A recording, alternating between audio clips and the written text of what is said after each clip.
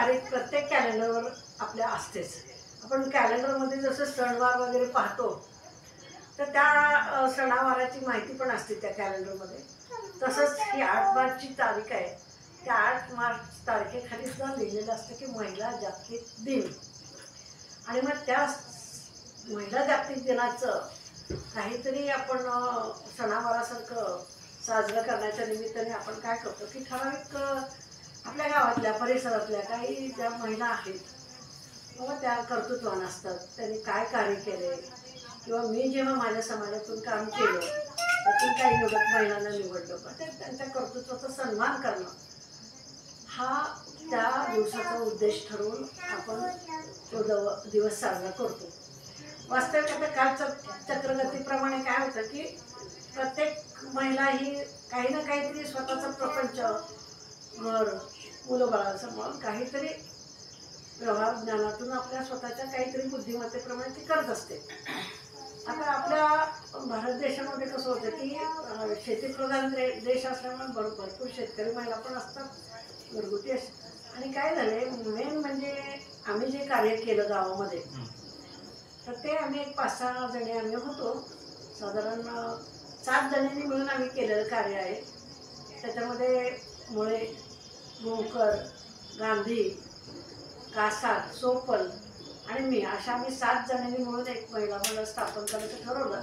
आणि वैराग गावाचा विकास आपण कसा करता येईल त्याच्यावर चर्चा करून आम्ही सावित्रीबाई फुले महिला मंडळ हे 1981 साली स्थापन केलं. आता 7 जणीत काही मंडळ तर होत नाही म्हणून मग परत आम्ही गावात फिरून 150 महिलांना सभासद करून घेतलं. आणि त्या 150 महिलांमध्ये ज्या काही निरक्षर किंवा आपण ज्याला अबला म्हणू, अबला महिलांना सबला कसं करता येईल हा उद्देश ठेवला. आणि त्यांच्यासाठी आपल्याला जर काही कार्य करता आलं मंडळातून तर त्या कार्यात आपण सहभागी होऊ म्हणून आम्ही ते सुरुवात केली. तर ते करत असताना आम्हाला समाज कल्याणकडून पण थोडं अनुदान मिळालं. आणि मग आम्ही माफक फी पण ठेवली.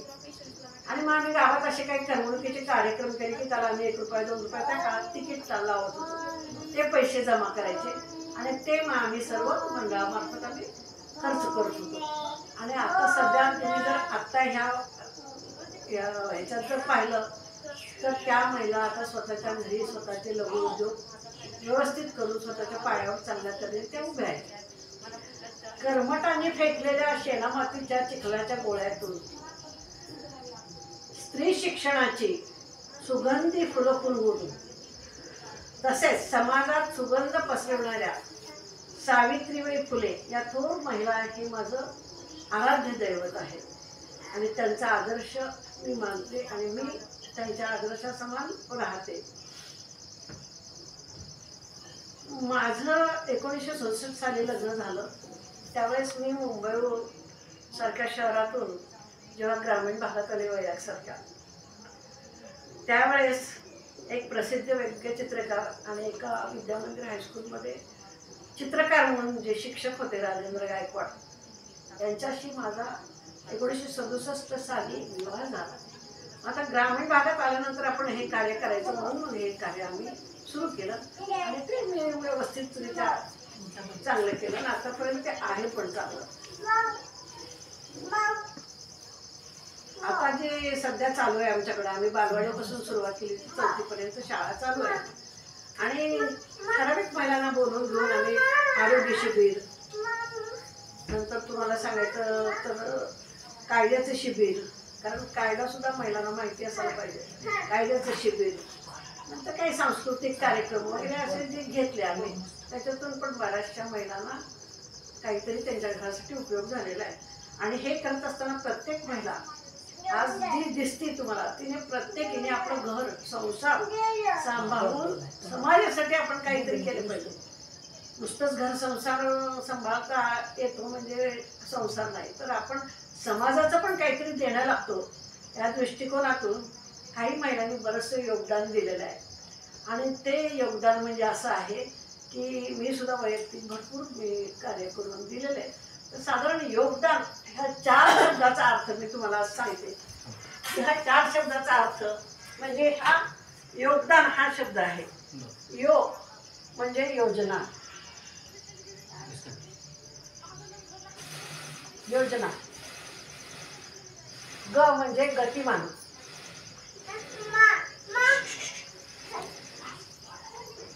म्हणजे तुम्ही ज्या योजना राबवता त्या गतीने राबवल्या गेल्या पाहिजे.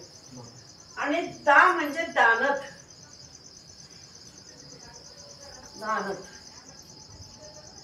दानाचा अर्थ काय की ज्या वेळेला तुम्ही कार्य करता तेव्हा ते निस्वार्थी केलं पाहिजे. त्याच्यामध्ये स्वतःचा कुठलाही स्वार्थ तुम्ही ठेवला नाही पाहिजे. त्याला म्हणायचं दानत. आता हे न आहे. न म्हणजे नम्रता.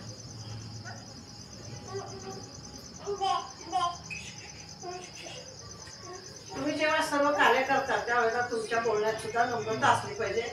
कारण नम्रते जेव्हा तुम्ही बोलसाल तेव्हा तुमचं गुणवत्ता दिसते तुमच्या बोलण्यात.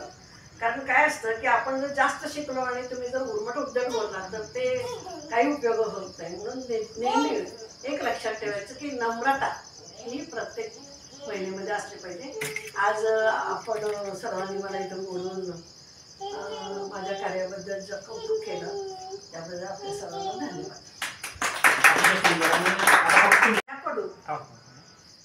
माझ्याकडून आजच्या या जागतिक दिनादिवशी सर्व महिलांना, कर्तव्यदक्ष महिलांना खूप खूप शुभेच्छा. नमस्कार मॅडम. नमस्कार. तुम्हाला जागतिक महिला दिनाच्या खूप खूप शुभेच्छा. धन्यवाद. तुमचं नाव सांगा. कुमुदिनी किशोर इंगळे माझं नाव. तुम्ही काय करता? व्यवसाय? माझं साडीचं दुकान आहे.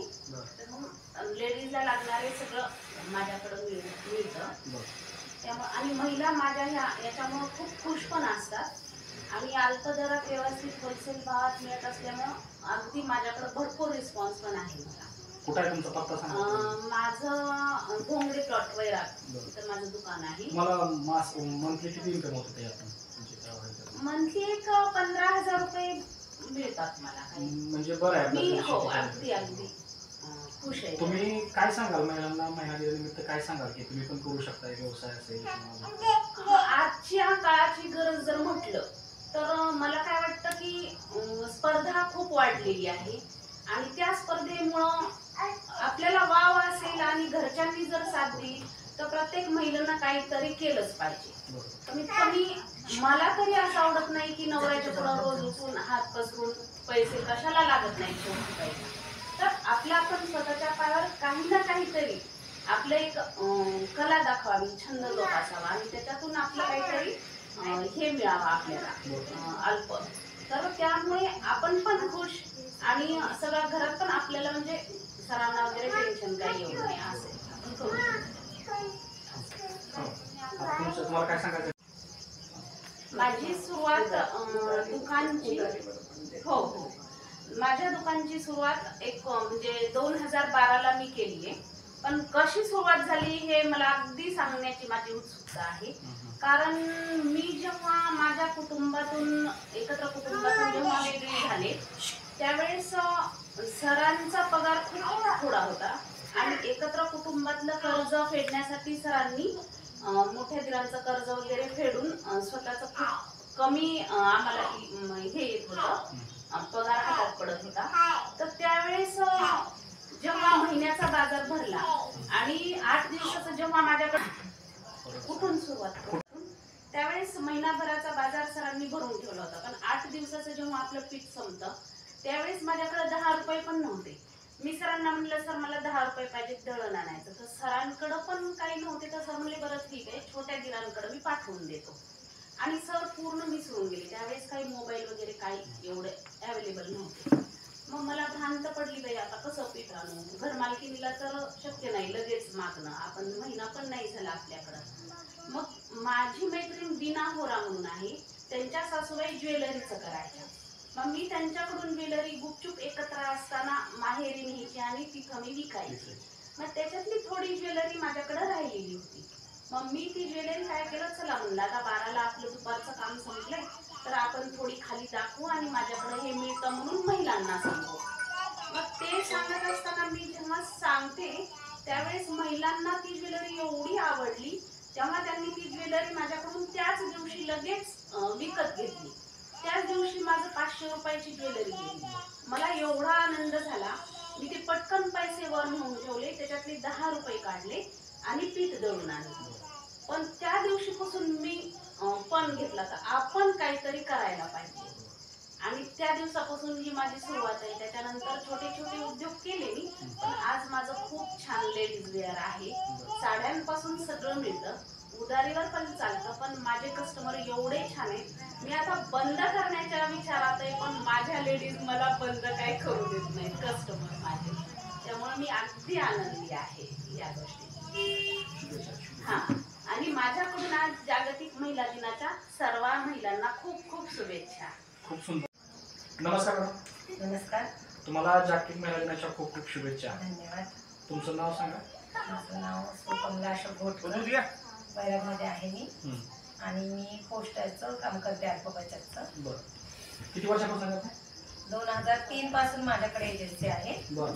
आणि त्यानिमित्तच मी महिलांना आपल्या संसारातून काटकसर करून 2 पैसे बाजूला कसे टाकले पाहिजे, आणि 2 पैसे बाजूला टाकणं आपल्या घरात शक्य होत नाही. आपण एखाद्या डब्यात ठेवले नसल्या वेळेला आपण काढून खरचतो, पण जेव्हा आम्ही तुमच्या घरी येतो आणि ते पैसे घेऊन जातो तर तुम्हाला ती व्याजासकट रक्कम परत येते, आणि तुम्ही ते ठेवता पण बाजूला की मॅडम येणार आहेत, पैसे द्यायचे पोस्टाची, ती बचत केलीच पाहिजे. त्या निमित्ताने तुमची बचत होते, आणि बचतीचं हे राष्ट्रीय कार्य आहे. अल्प बचत म्हणजे हा सगळा पैसा सरकारकडे जातो, त्यामुळे आपला नकळतपणे हात आपला राष्ट्राला लागतो. आणि आपण पण एक समाजाचं देणं लागत असतो, की समाजाची म्हणजे मी म्हणते एक मातृऋण असते, पितृऋण असते, आणि सामाजिक पण ऋण असते आपल्यावर. प्रत्येकाने आपल्या समाजासाठी काहीतरी करावं. मग हे अल्पबचतीचं काम माझ्या सासूबाई करत होत्या. 2090 पासून त्या करत होत्या. नंतर 2003 मध्ये त्यांनी त्या म्हणल्या आता तू स्वतः करते का, म्हणजे घरातल्या भावला घरात सर्व काम करून मुलांकडे लक्ष देऊन आपल्या वेळेनुसार हे मी काम करू शकते. त्यामुळे मला हेच काम मी आनंदाने करते. आणि त्यामध्ये माझं कसं होतं, समाजातले गोरगरीब माझ्याकडे आता खूप म्हणजे धुणेवाली भांडेवाल्यापासून खाते माझ्याकडे, त्या कधी मला दंड देऊ शकले. या महिन्याचे पैसे मॅडम पुढच्या महिन्यात ठीक आहे चला असू दे, आपण काहीतरी त्यांचे 4 पैसे साचवायला आपली मदत होते. त्यामुळे मी कधीही कुणाकडनं या महिन्याचे पैसे पुढच्या महिन्यात दिले. हे रिकरिंग असल्यामुळे मला प्रत्येक महिन्याला भरणा पोस्टात करावा लागतो. पण थोडेफार पैसे मी स्वतःचे माझ्या पदरचे घालून दंड न लावता त्यांचे पैसे भरते, पुढच्या महिन्यात वसूल करते. त्यांच्या काही अडचणी असल्या तर त्यांना सांगते की तुम्ही कुठं पतसंस्थेत व्याजाचं हे करून तिथं गुंतू नका. पोस्ट हे खात्रीचं आहे, त्यात तुमचा 1 रुपया पण शिल्लक राहत नाही. तुमचा आरडी संपली तर पूर्ण क्लोज होऊन येतात, आणि प्रत्येक गावात पोस्ट आहे. त्यामुळे कोणत्याही आदेशाला बळी पडू नका. तुम्ही एवढे कष्टाने पैसे कमवलेले असतात तर ते तुम्ही पोस्टासारख्या खात्रीच्या ठिकाणी गुंतवा, आणि तुम्ही व्याजाचा नका विचार करू की तुमचे पैसे सुरक्षित आहेत आणि त्याला 2 पैसे व्याज लागू नये, आणि तुमच्या ऐन वेळेला तुम्ही पोस्टात जाऊन पैसे काढू शकता. हे लक्षात ठेवून तुम्ही बचत करा. हे मी माझ्या ह्याच्यामध्ये सांगते. आणि त्यामुळं मला थोडंसं माझं कलेक्शन 3 लाखापर्यंत आहे. महिन्यात मी 3 लाख कलेक्शन आहे. हो. आणि जुने खातेदार आहेत माझे. एकदा माझ्याकडे आरडी उघडली की त्या खातेदाराची 20-25 वर्ष झालं आरडी चालू होती. परगावी पण खाते आहेत. कोरोनाच्या काळामध्ये सगळ्यांनी मला फोन पेवर पैसे टाकतात, त्यामुळे तेव्हा पण माझं काही हे झालं नाही. काम माझं चालूच होतं कोरोनाच्या काळामध्ये पण. आणि सुरुवातीला 10 रुपयापासून खाती गोळा करत होते. आता एक खातं 10-10 हजारचं आहे. लोकांना बचतीचं महत्त्व कळतं आणि पोस्टावर डोळे झाकून विश्वास ठेवतात की कुठेही जात नाही, पैसा आपला सुरक्षित आहे आणि त्याला 2 पैसे लागून येतात. आणि त्यामुळं जास्तीत जास्त ओढा बायकांचा असतो. आणि पोस्टामध्ये आणखी काय व्यवस्था आहे की बायकांची कसं असतं की नवऱ्याला नकळत खाती उघडलेली असतात. तुम्ही कुणीही जरी गेलात तरी चौकशी केली तरी ती एवढी गुप्तता पोस्टात पाळली जाते की तुमचं कधीही सांगणार नाही की हे यांचं खातं आहे असं आहे. त्यामुळं भरपूर महिलांची माझ्याकडे खाती आहेत आणि एक महिलांनी खातं उघडलं आणि विश्वास वाटला तर ती परत खातं म्हणजे मोडतच नाही. संपलं की ते पैसे फिक्स करते, परत दुसरं चालू करते.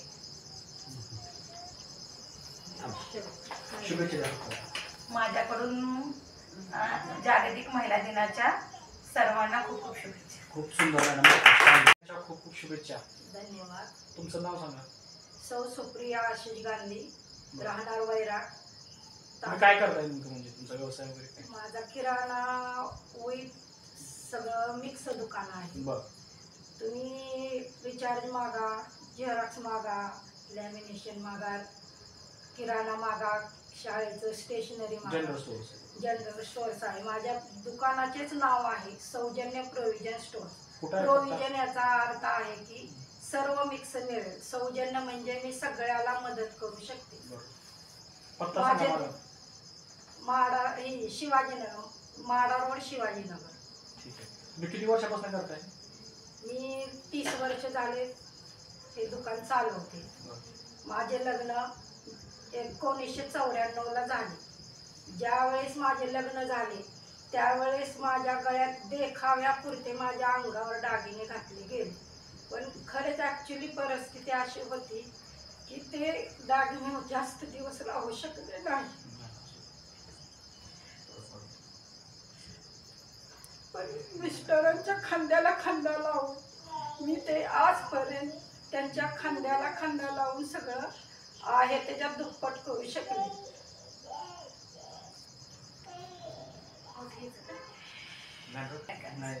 माझे जरी सोने त्या काळात पाणी प्यायचं? पाणी हा, पाणी घ्या.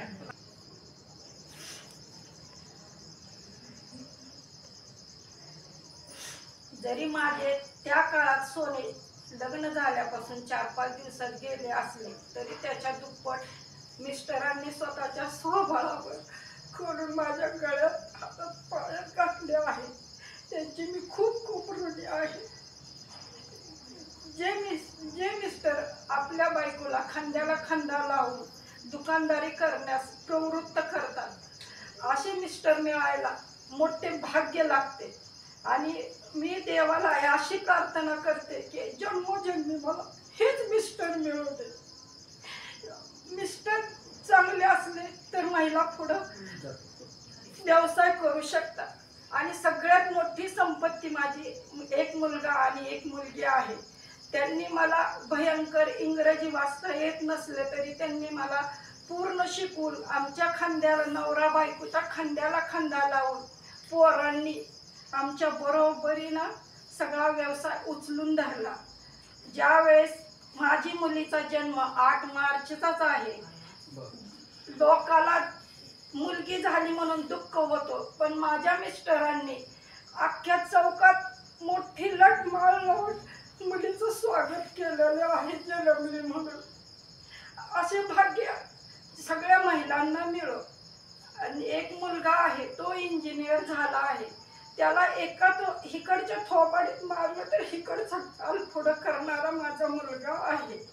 त्याच्या नशिबाने त्याला पत्नी त्याच्या सारखी छान मिळाली आहे. मन मिळावं आहे. ती पण खांद्याला खांदा लावून माझ्या मुलीसारखं करू शकते.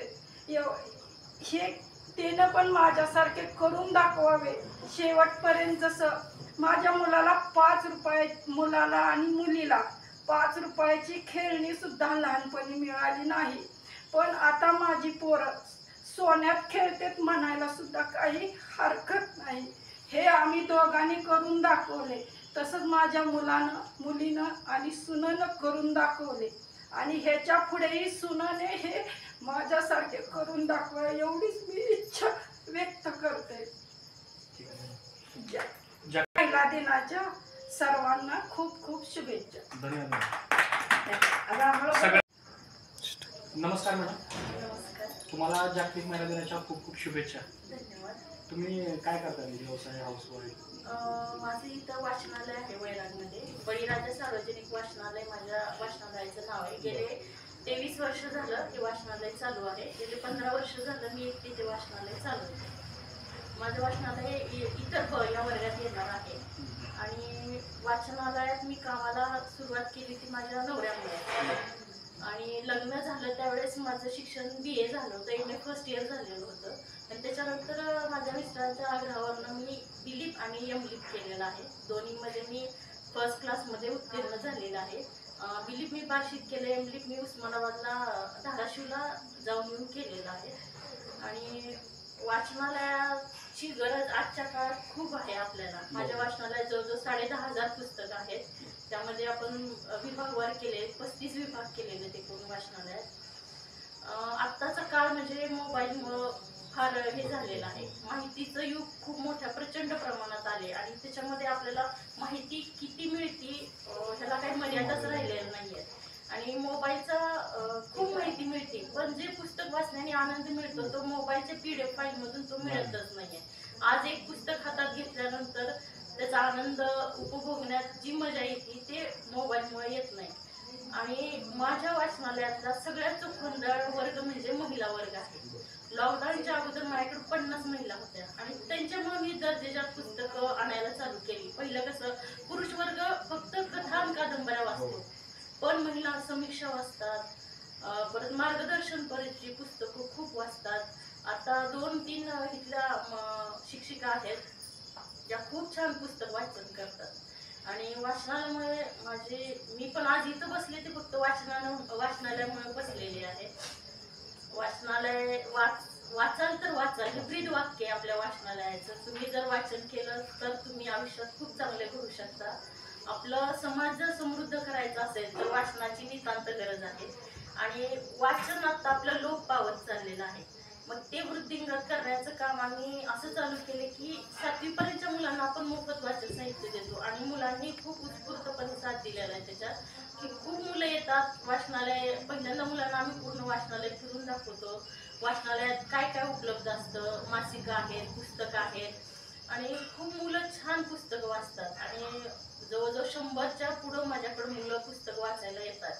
आणि त्यांच्यामुळे त्यांची पालक यायला लागलेत, त्यांची आजी आजोबा यायला लागलेत. एक तर असे आहेत की सकाळी पुस्तक नेतात तर संध्याकाळी माघारी आणून देतात.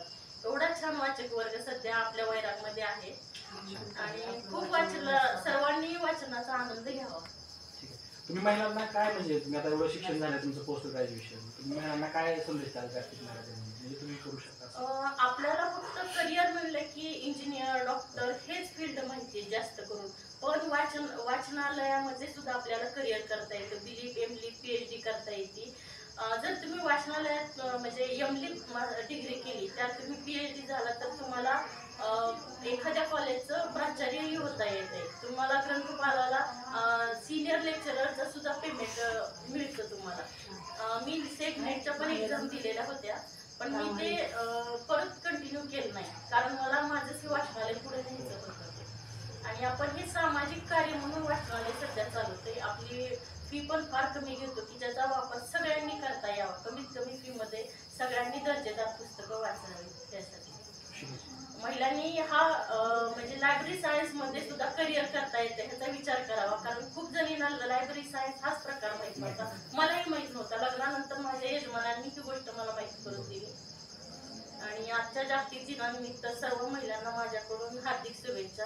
त्याच्याबरोबर सगळ्या महिलांनी निदान एक पेज तरी रोज वाचावं. ह्या महिला दिनानिमित्त तसा संकल्प करा.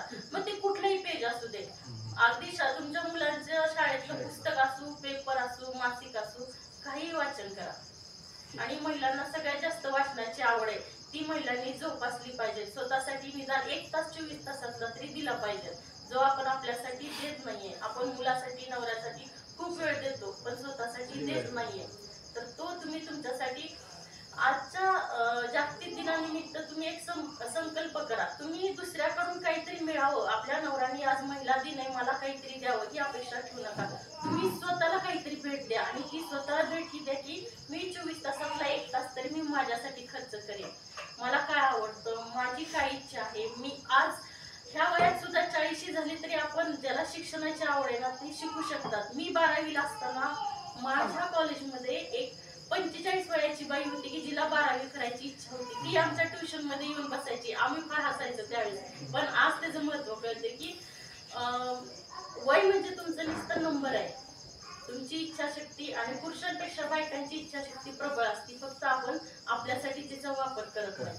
ह्या वर्षी सगळ्यांनी निर्धार करा की माझं प्रेझेंट मी स्वतःला देणार आहे. की आजच्या जागतिक महिला दिनापासून मी स्वतःसाठी कमीत कमी 1 तास वेळ खर्च करेन.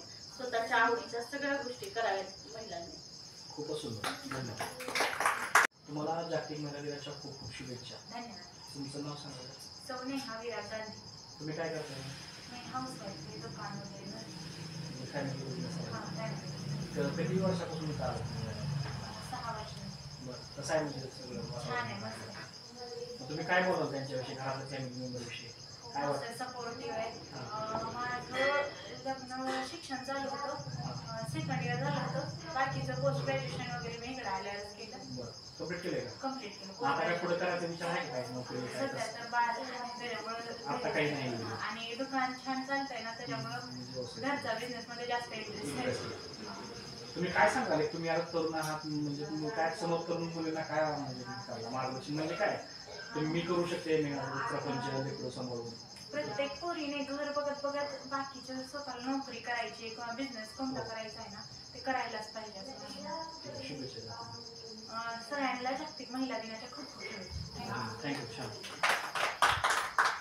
मिळत नाही शिकायला. आणि परत मी एक सांगू इच्छिते म्हणायचं. हां, बरं. मी अजून एक सांगू इच्छिते. मला माझ्या सासूबाईंनी आईसारखं सांभाळलं. माझे सासरे माझ्या वडिलांसारखे आहेत. सगळे खूप सपोर्टिव्ह आहेत. माझ्या सासूबाईंनी खरं तर मला शिक्षणासाठी जास्त प्रोत्साहन दिलं. त्यांच्यामुळे मी शिवण क्लास वगैरे सुद्धा केले. टॅलीचा वगैरे कोर्स चालू आहे सध्या. सगळं त्या तिघांमुळे शक्य झालं. थँक्यू. ठीक आहे, धन्यवाद. नमस्कार. तुम्हाला जागतिक महिला दिनाच्या खूप खूप शुभेच्छा. तुमचं नाव सांगा. सौसती सविता जिरगे. काय करताय तुम्ही? मी गृहिणीच आहे. बरं, दुसरं काय करता का, व्यवसाय वगैरे हा, काय? करते ना. मी महिला बचत गट चालवते बरं आणि माझं 1% बचत गट आहे. माझ्या बचत गटामध्ये 55 बायका आहेत. बरं. आता सध्या तरी तुम्हाला 1.25 लाख कर्ज मिळालं तर एका वेळेला माझ्या बचत गटात मिळू शकत. इतका मोठा माझा बचत गट आहे आणि तो व्यवस्थित महिन्याच्या महिन्याला तो देतो. म्हणजे कर्ज म्हणून देतो आणि फेड म्हणून पण परत महिला व्यवस्थित महिन्याच्या महिन्याला करतात. असं 1 लाखापर्यंत आतापर्यंत कर्ज जातं माझं महिन्याला. आणि ते पण चांगलं म्हणजे कसं की बँकेत गेल्यानंतर आपण 10 वेळेला ते म्हणतात झेरॉक्स आणा, फोटो कॉपी द्या, हे द्या ते द्या करण्यापेक्षा हे 5 पैशाची न खर्च करता लगेच तुम्हाला कर्जाची रक्कम मिळू शकते. असा हा बचत गट आहे आणि माझं 1% बचत गट आहे. जरी 50 बायकांच्या घेतली 50 बायकांचं कर्ज 50 बायकांना केला. माझ्या बचत गटाचं कर्ज व्याज कुणाला बाहेर जाणार नाही असं आहे. त्यामुळं ते एक अभिमान आणि कुठंतरी जीवनात ते काहीतरी करायची अशी एक इच्छा होती. ते त्या बचत गटाच्या माध्यमातून मी पूर्ण केली. आणि मी हे बचत गट चालवण्याच्या अगोदर की माझ्या स्वतःच्या बचत गटामध्ये मी बाहेरच्या कर्ज काढून अशा गोरगरिबांना मी दिलेले. आज आमच्या मावशी म्हणून जे आहेत काम करतात त्या महिला मावशी म्हणून सुरळीच्या आहेत, त्यांच्या मुलाला बी फार्मसी याच्या मार्फत मी स्वतः त्यांना माझ्या बचत गटातून कर्ज काढून दिलं आणि त्यांनीही मला धोका दिला नाही. त्यांनी जेवढं मी कर्ज दिलं तेवढं त्यांनी मला व्यवस्थित फेड केले. तुम्ही किती वर्षापासून करताय बचत गट? हे खूप दिवसापासून हे बचत गट करते. बीसीचा तर हा 3रा टप्पा चालू आहे माझा 1.5 वर्षाचा. शासनाचे आहे का, उमेद अंतर्गत आहे कसं? नाही अंतर्गतच आहे. उमेदच्या? हो अंतर्गतच आहे. त्यामुळं म्हणजे कुठल्या हे नाहीये. बरं. बीसीचं पण 12 ह्याच्याचं बरोबर 2 वर्षाच्या आत संपूर्ण जाते. बीसी पण मी चालवते. तुमचं शिक्षण काय झालं?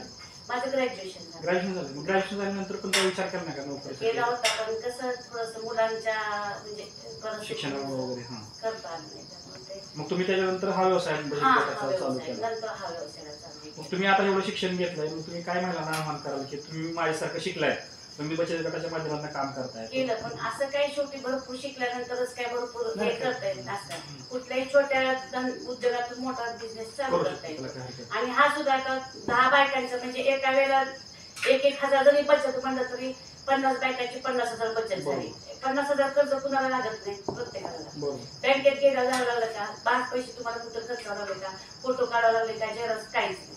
लगेच तुम्हाला अवेलेबल 50,000 कर्ज.